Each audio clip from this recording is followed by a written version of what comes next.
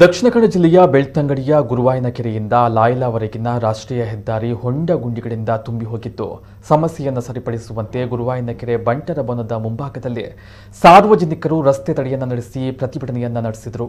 ಈ ವೇಳೆ ಪ್ರತಿಭಟನೆಯನ್ನ ಉದ್ದೇಶಿಸಿ ಮಾತನಾಡಿದ ಸ್ಥಳೀಯರಾದ ಅನಿಲ್ ಪೈ ಅವರು ರಸ್ತೆ ದುರಸ್ತಿಗಾಗಿ ಈಗಾಗಲೇ ಸಂಬಂಧಿಸಿದ ಇಲಾಖೆಗಳಿಗೆ ಮನವಿಯನ್ನ ಸಲ್ಲಿಸಿದ್ರು, ಯಾವುದೇ ರೀತಿಯ ಪ್ರಯೋಜನವಾಗಿಲ್ಲ।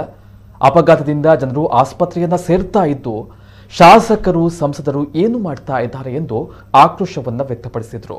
ಪ್ರತಿಭಟನೆಯಲ್ಲಿ ಸ್ಥಳೀಯರಾದ ಶೇಖರ್ ಲೈಲಾ, ರಿಕ್ಷಾ ಚಾಲಕರು ಸೇರಿದಂತೆ ಹಲವರು ಭಾಗವಹಿಸಿದರು।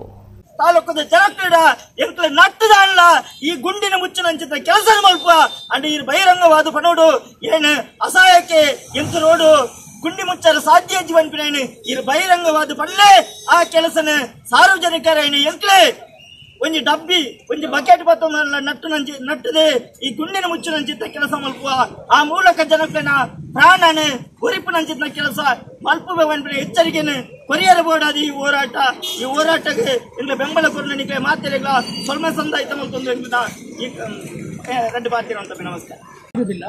ಒಂದೊಂದು ಹೊಸ ಗಾಡಿಗಳನ್ನು ತೆಗೆದ್ರೆ ಸಾಧಾರಣ 15 ಲಕ್ಷದ ಗಾಡಿಗೆ 15ರಲ್ಲಿ 7 ಲಕ್ಷ ರೂಪಾಯಿ ಗಾಡಿ ಕೇಂದ್ರ ಸರ್ಕಾರಕ್ಕೆ ಹೋಗ್ತದೆ।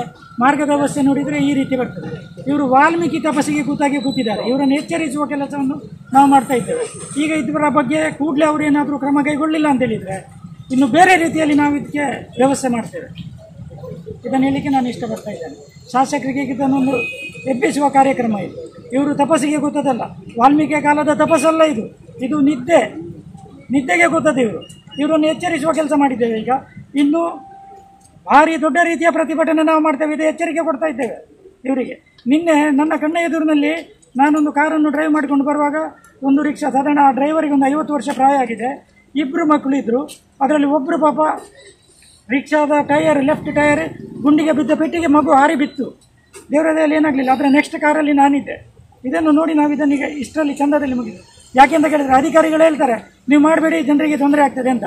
ಇದು 40%ನವ್ರದ್ದು 20%ನವ್ರದ್ದು ನಮಗೆ ಗೊತ್ತಿಲ್ಲ, ನಾವು ರಾಜಕೀಯದಲ್ಲಿ ಇಲ್ಲ, ಆದರೆ ಮಾರ್ಗ ಇದರಲ್ಲಿ ನಡ್ಕೊಂಡು ಹೋಗ್ಲಿಕ್ಕೂ ಸಹ ಸಾಧ್ಯ ಇಲ್ಲ, ಈ ಪರಿಸ್ಥಿತಿ ಬಂದಿದೆ।